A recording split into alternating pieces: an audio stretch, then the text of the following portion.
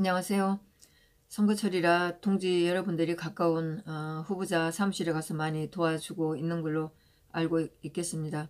네, 저도 뭐 뛰어나가고 싶은 마음은 가지고 있는데 컴퓨터 앞에 앉으면 또 이것저것 할 일이 있어서 아직까지 나가지를 못하고 있습니다.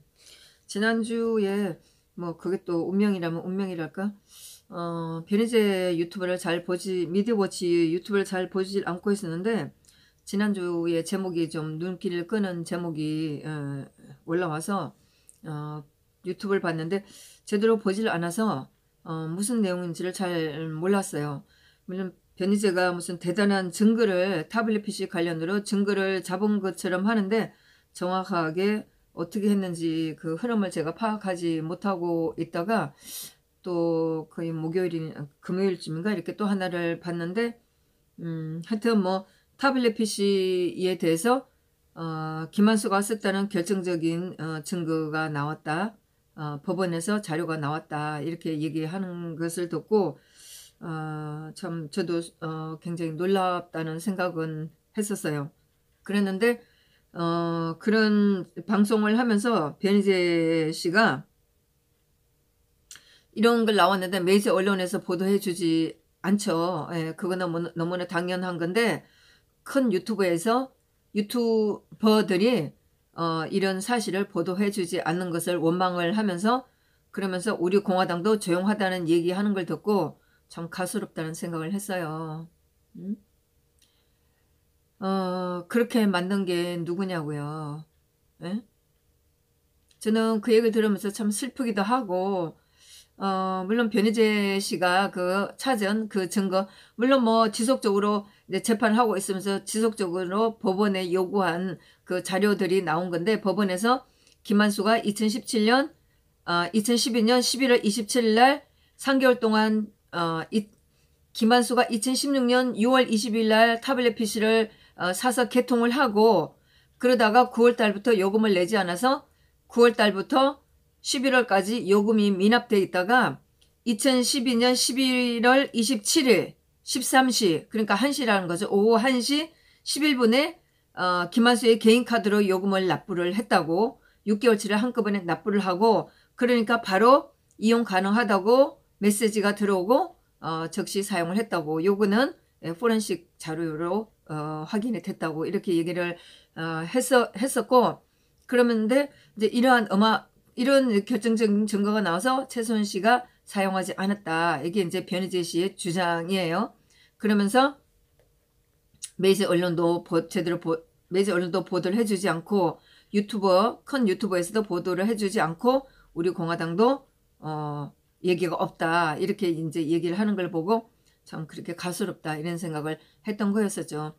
제가 변희재 씨나 그 직원들이 타블렛 PC 가지고 재판을 받을 때 대통령 재판에서 대통령 탄핵에 대해서 실질적인 물건으로 싸우는 것은 타블렛 PC니까 이것의 진실을 파헤치는 것은 참 중요하다고 생각을 했었어요. 그래서 미디어워치 직원들이 재판을 받을 때나 또 변희재가 감옥에 가 있을 때 저는 응원을 했었죠. 그리고 당원들, 동지분들한테도 우리가 이렇게 탄핵이 무효라고 싸우고 있는데 만일에 변희재가 타블렛 PC를 가지고 싸우고 있는데 이 타블렛 PC가 조작이 됐다는 걸 밝혀졌을 때 그랬을 때 우리가 변희재랑 같이 하지 않고 있다가 변희재가 이거를 혼자 밝혔을 때 우리가 그 뒷감당을 어떻게 할 것이냐.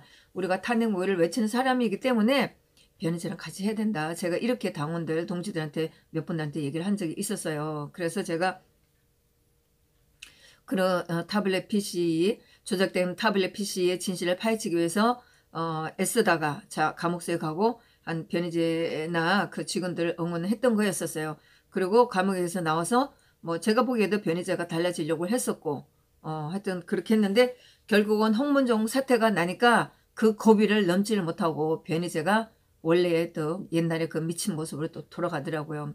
제가 변희재하고 1월 말까지 1월 24일인가 이때쯤까지도 제가 메시지를 보냈어요. 홍문종의 사태에 대해서 홍문종이 데리고 다녔던 그 이창훈이라는 남자가 거짓말하고 돌아다닌 그거에 대해서도 제가 메시지를 보냈어요. 이런 일이 일어났었고 이게 사건의 실체다. 그리고 홍문종이가 조은진을 농락했다는 것이 이 지금 문제가 일어난 거다. 제가 이렇게도 메시지를 보내면서 홍문종의 사태가 왜 이랬는지 제가 충분히 보냈어요. 그랬는데 물론 1월 16일 날 시도당 의원들이 모여갖고 회의한 거, 그 다음에 17일 날 뭐 여기 대해서 홍문종 사태에 대해서 홍문종을 제명을 하자, 여기 대한 것도 이 당시 이 무렵에 1월 16일 17일 날 집중적으로 당원들이 변희재에 대한 공격을 했었죠. 제가 1월 16일 날 프레스센터에서 박 대통령이 탄핵에 대한 그 세미나가 있을 때 갔었고,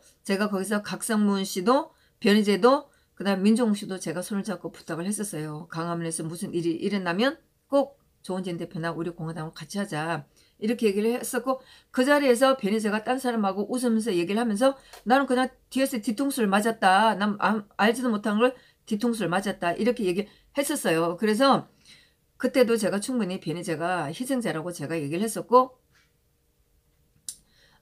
그 다음 주에도 제가 변희재한테는 이런 문제, 홍문종의 사태에 대해서 얘기를 하면서 어쨌든 이 일에 대한 내용을 알려주면서 변희재한테 설명을 하려고 그랬었죠. 그런데 변희재가 1월 17일을 참지를 못하고 뭐 그때부터 일요일 1월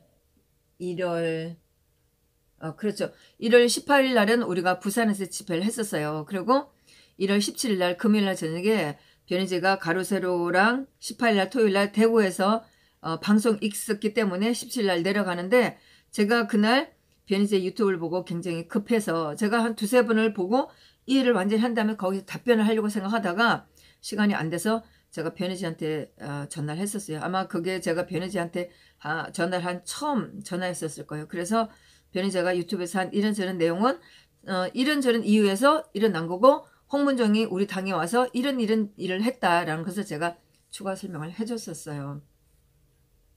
그래서 1월 18일이 우리가 부산에서 집회를 했었고, 홍문종이는 서울에서 지가 따로 집회를 하고 그렇게 됐었죠. 1월 25일 이때는 구정이었으니까 우리는 집회가 없었었고, 우리는 일요일 날 집회가 있었었고, 뭐 이런 상황에 대해서 쭉 갔는데, 하여튼 제가 1월 24일인가 25일까지 변희재한테는 이 사건에 대해서는 얘기를 좀 했었어요. 홍문종에 대해서도 얘기를 했었었고, 여기에 대해서 변희재는 조 대표하고는 타블릿 홍문종하고는 박 대통령 석방권으로 두 분이 갈라져도 계속 같이 할 거라고 저한테 메시지를 보냈어요. 뭐 변희재 씨가 저한테 메시지를 많이 보내진 않아요. 아마 이게 제일 긴 메시지였을 거예요. 그래서 그 일어난 뭐 홍문종에 대한 이런 얘기를 했는데, 결국은 변희재가 그걸 참지 못하고 완전히 미친 인간으로 돼버린 게 결국은 뭐 홍문종에 다시 붙고 이런 사태가 돼버렸는데, 제가 뭐 이런 얘기를 다시 하고 싶은 마음은 없어요. 저로서는 그 홍문종의 사태가 났을 때 변희재한테도 제가 충분히 설명을 해서 홍문종이가 어떤 인간인지를 알렸었고, 제가 그때 무렵에 까치 선생님한테도 까치 선생님이 한동안 안 보여서 제가 연락을 했었어요. 그래서 홍문종이가 말하는 그런 일은 일어날 수가 없다. 제가 충분히, 저는 대통령 메시지를 대통령이 누구한테 메시지 준다든가 이런 얘기는 홍문종이가 어떤 인간인 걸 제가 느낀 거를 제가 충분히 얘기를 했었어요. 그리고 홍문종의 그 비스라는 인간이 씨부리고 돌아다닌 거, 또 그 사람이 1월 14일 날 전화한 거, 이런 거에 대해서 제가 충분히 얘기를 했다고 저는 생각을 했어요. 그래서 가치 선생님은 자기 몸이 불편하니까 집에서 쉬겠다 하길래 물론 그러시라고 저는 이제 그 가치 선생님 말한 그대로를 믿었고, 그 다음에 이성엽 씨한테도 제가 전화를 했었어요. 안 보이니까. 그래서 했더니 자기는 순수하게 시민단체로 남는다, 이렇게 얘기를 저랑 통화를 하고, 제가 대통령 메시지는 있을 수가 없다, 제가 충분히 얘기를 했다고 저는 생각을 했는데, 이성엽 씨가 2월 1일 날 제가 프레스센터에 가보니까 그 앞에서 차량 위에 올라타서 구호를 외치는 걸 보고 정말 왜 사람들이 배신자라는 단어를 썼는지 저도 그 순간에 이럴 때 배신자라는 말을 쓰는구나 하는 느낌을 제가 받았어요. 그러나 뭐 또 바로 제가 그럴 수도 있겠지 하고 이제 넘어갔습니다. 그리고 락에 대해서는 제가 12월 2일 날 조용한 사태가 났을 때 제가 락한테 전화도 하고 메시지도 보냈어요. 당원을 선동하지 말라. 응? 하여튼 그렇게 해서 저로서는 이렇게 했다고 하고, 그리고 제가 거기에 대해서 당원들을 선동해서 좋을 건 하는 게 없다, 이런 때일수록 당원들을 다독거려야지 그렇게 해서는 안 된다. 이렇게 해서 제가 메시지를 길게 보내면서 제가 그때 락도 똑같이 당할 거예요. 제가 이렇게 메시지를 보냈어요. 그랬더니 저한테 앞으로 저한테 락한테 전화가나 메시지를 보내지 말라. 이렇게 해서 저는 굉장히 기분이 좋았었어요. 그런 결정은 제가 하지 않고 락이 했는데 나중에 누구한테 들었더니 락이 방송에서도 이런 얘기를 했다고 그러더라고요. 이름은 얘기를 하지 않겠는데 자기한테 도움을 많이 줬는데 어쩌고 저쩌고 했다고 하는데 제가 자세한 얘기는 듣지는 않았었어요. 그래 어쨌든 간에 방송에서 제가 메시지 보낸 것에 대해서 뭐 어떤 형태로 보낸지는 제가 잘 모르겠어요. 어쨌거나 제가 메시지를 보낸 것에 대해서 뭐 얘기를 했다고 하는 거 보고 어처구니 없었죠. 제가 그거는 락을 비난한 게 아니고 우리가 이런 어려운 상황에서 당원들을 선동하면 안 된다는 그런 마음으로 한 건데 그런 정도로 이해를 하지 못하는 그 수준으로 방송까지 했다는 그 얘기는 들었습니다. 그러고 나서 결국 홍문종 사태가 터졌을 때 락도 피해자가 되면서 피해자가 된 수준을 또 참지를 못했어요. 그때 또 낸신하고 싸울 때 제가 그때 그렇죠. 그 TV 락이 저보고 저한테 메시지 보내거나 전화하지 말라고 해서 저는 안 했습니다. 안 하고 있다가 이 홍문정 사태가 터지면서 낸신하고 이렇게 비약이 돼서 다툼이 일었을 때 제가 그거를 보고 제가 락한테 메시지를 보냈어요. 오랜만이에요. 그러면서 제가 뭐라고 그랬습니까? 선동하지 말라고 그랬죠. 이렇게 하면서 보내면서 지금이라도 싸움을 멈추라. 그리고 차라리 방송을 좀 멈추라. 방송을 좀 쉬어라. 이렇게까지 제가 충고를 했는데 그거를 못 참고 방송을 해가면서 결국 낸신하고 그 방송을 하고 그리고 당원들하고 원수지간이 돼버리고 그리고 헤어지고 나서 지금은 말할 수 있어요. 이규리하고 또 누구 있나 제가 기억이 안 나는데 이규리하고 조덕재였으나 불러놓고 방송을 하는 거 보고 제가 그날 정말 통곡을 하고 싶다는 생각을 했었어요. 같이 있던 사람이 나가서 얼마 되지도 않았는데 조은진 대표한테 대해서 그렇게 방송하는 걸 보고 정말 인간이 어쩜 이렇게 저지르고 악질인가 싶으면서 정말 통곡을 하고 싶었었어요. 이렇게 해서 우리가 언제 대통령을 구하나 하는 생각하면서 정말 통곡하고 싶다는 생각을 했었어요. 하여튼 이제 제가 그런 인간들에서 얘기는 더 이상 얘기하고 싶지 않고 각자 자기네들의 행동에 대해서 자기네들 책임지고 하면 돼요. 뭐 제가 누구 보고 오라가라 그런 말도 하기 싫어요. 시민단체로 하든 홍문정이가 거짓말을 하고 있는 홍문정이한테 들러붙어서 대통령 메시지를 받아내든 그건 제가 상관하고 싶지 않은데 하여튼 최근에 변희재가 그런 타블릿PC에 대한 중요한 증거를 증거랄까 자료를 법원으로부터 받은 거죠. 그 전에 김한수가 법원에 와서 검찰 조서에서 자기가 회사 법인카드로 자동 이체를 했기 때문에 자기는 모른다 이렇게 해서 법원에서 그거를 그대로 믿고 대통령 재판을 끌고 나갔었죠. 그런데 변희재 재판에서 지속적으로 변희재 재판에서 이상하다고 생각해서 이 카드 타블릿 PC 결제를 누가 했는지 카드 회사에 조회를 해달라는 걸 법원에다 요구를 해서 법원에서 이 자료를 3월 20일인가 이때쯤 받았다고 해서 이제 그걸 가지고 유튜브에 나와서 하는 얘기들이 이렇게 나오게 됐는데 제가 제대로 안 듣게 된 사실 자체를 잘 몰랐고 오정찬 기자의 얘기를 들으면서 확실하게 이제 알았죠. 그래서 물론 타블릿 PC 탄핵의 진실에 대해서 매주 언론들이 말해주지 않는 것은 우리가 태극기 집회를 3년 동안 해오면서 웬을 못 넓혔다 이런 비난받는 거랑 똑같죠. 매주 언론들이 저렇게 입 다물고 있고 그나마 원론이 보수하는 건데 입을 쳐닫고 있는데 우리가 어떻게 외연 확장을 하고 할 수 있겠냐고요. 하여튼 그렇게 됐는데 변희재의 유튜브를 이렇게 몇 번을 최근에 몇 건을 제가 보면서 법원에서 나온 자료를 더 정확하게 이제 깨달았고 그래서 변희재가 유튜버한테 큰 유튜버한테 얘기를 했는데 그중에 신의 한수는 굉장히 보도를 잘 해줬다고 그러고 제가 아직 이걸로 보지 못했습니다. 그런데 가로세로에다가 구독자가 많으니까 거기다 여기에 대한 방송을 해달라고 했더니 강용석이는 처음에는 자기가 타블릿 PC 너무 잘한다. 그러더니 다음에는 타블릿 PC 모른다. 이렇게 얘기를 하고 김세희한테 변희재가 전화를 했더니 다른 건으로 전화해서 위로를 해주고 그래서 타블릿 PC에서 보도를 해달라. 그러니까 김세희가 못한다. 이용하여 관계 때문에 못한다. 이렇게 얘기를 했다고 하면서 괜히 제가 뭐 인생 무상을 많이 느꼈다고 느낀 것처럼 뭐 다른 방송도 얘기를 하고 하는데 제가 그거를 보면서 저도 느낀 게 물론 변희재가 법원에서 받았던 자료가 굉장히 중요한 자료예요. 그런데 변희재 씨가 유튜브에서 또 뭐 문갑식 씨한테 말한 이런 거 뭐 등등을 보면서 또 거기에 대해서 문갑식 씨가 또 막 거기에 대한 또 대응 방송을 하고 이런 걸 보면서 참 아수라판인데 변희재 씨가 이런 식의 태도를 해와서 과연 나중에 서로가 서로 간에 고소를 하고 했을 때 방송에서 또는 변희재 씨의 그 이런 사람에 대한 태도를 봐서 타블릿 진실이 나온 걸로 과연 사람들이 법원이 믿어줄까 이런 참 안타까움을 느꼈어요.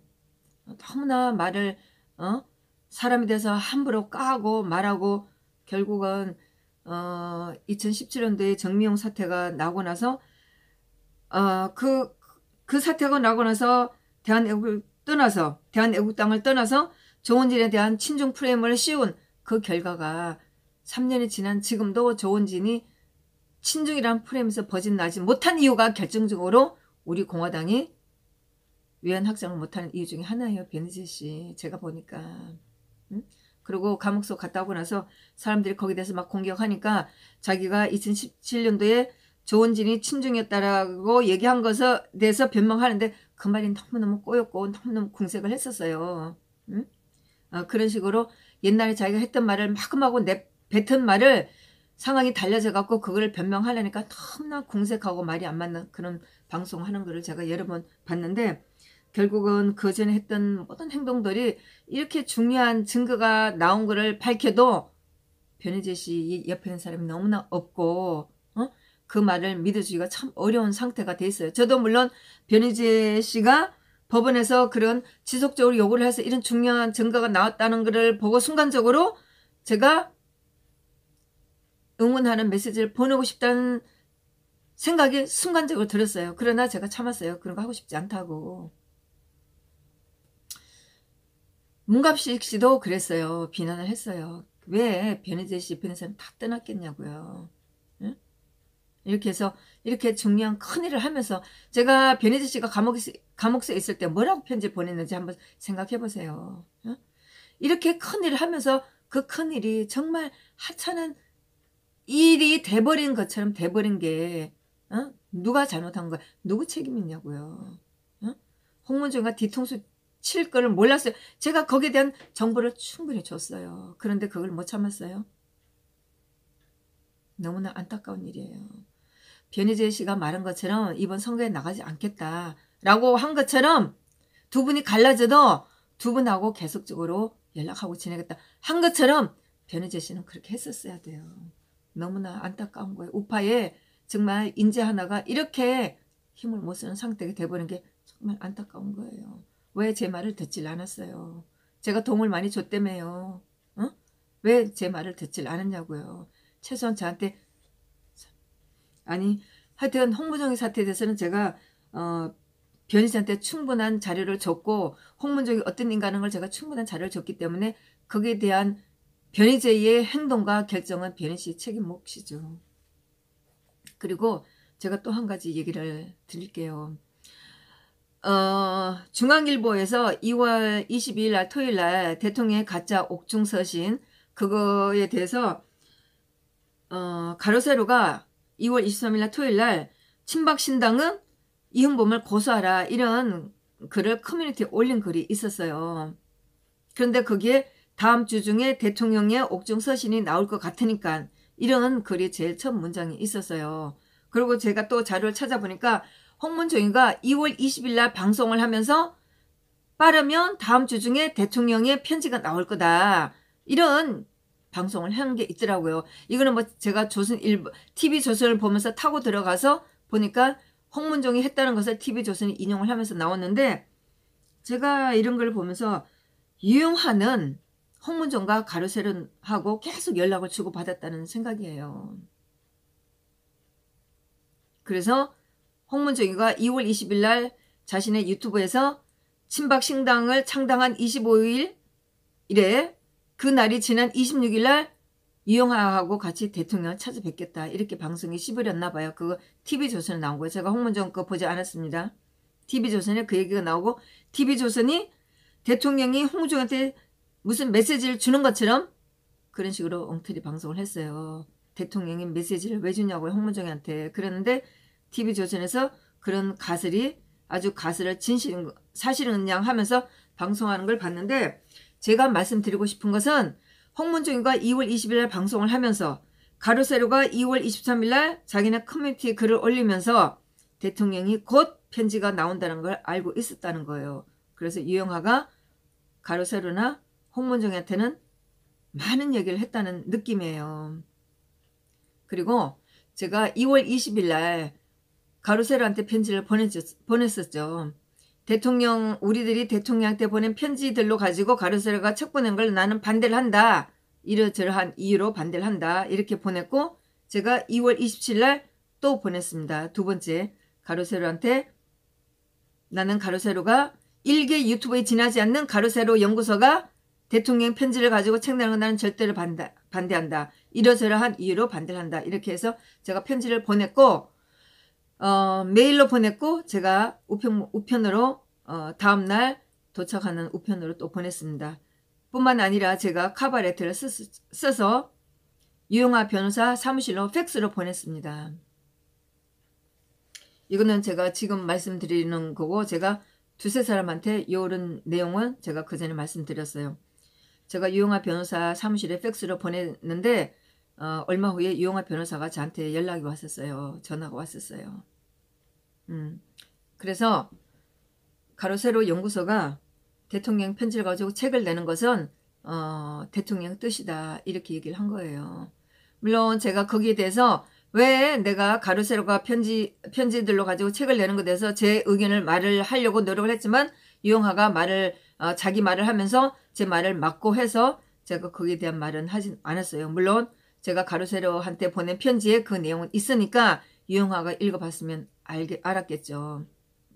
그래서 대통령의 편지를 가지고 가로세로가 책을 내려고 준비하고 있던 것은 대통령의 뜻이라고, 대통령이 다 일일이 답장을 못하니까 어떤 것은 메모를 해서 준 것도 있고 해서 대통령의 어르신의 뜻이다 이렇게 얘기를 했습니다. 변희재가 가로세로한테 김세희한테 전화를 했는데 김세희가 유영하한테 물어봐야 된다 이렇게 하면서 자기네는 방송을 할 수 없다. 타블렛 PC 이 법원에서 나온 자료를 가지고 김한수가 실제 사용자다 이런 거를 방송을 못하겠다 이렇게 얘기를 했어요. 그래서 이거는 제가 변희재 씨한테 드린 팁일 수가 있는데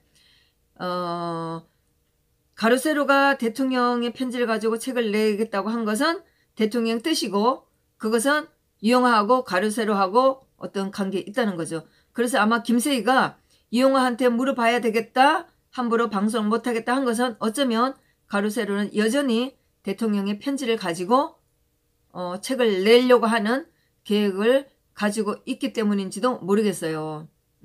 뭐 가로세로 강용석하고 유영하는 그렇게 가까운 사이라고 했다는 얘기는 제가 들어보지를 못했는데 최근에 그렇게 가로세로가 유영하한테 눈치를 보고 보고 한다는 그것은 여전히 가로세로가 대통령의 편지를 가지고 책을 내려고 하는 그런 의도가 있지 않느냐 하는 생각을 제가 가지고 있습니다. 네, 앞으로 유영하 변호사는 저한테 제가 얘기를 하려고 애를 썼지만 제 말을 가로막았기 때문에 제가 제대로 된 문장으로서 제가 말은 하지 못했는데, 유영하 변호사가 하는 얘기는 훨씬 더 많은 사람이 자기들의 편지가 책으로 나가는데 동의를 했고 그런데 최종적으로 책이 나올지 안 나올지는 두고 봐야 된다 이렇게 얘기를 했습니다.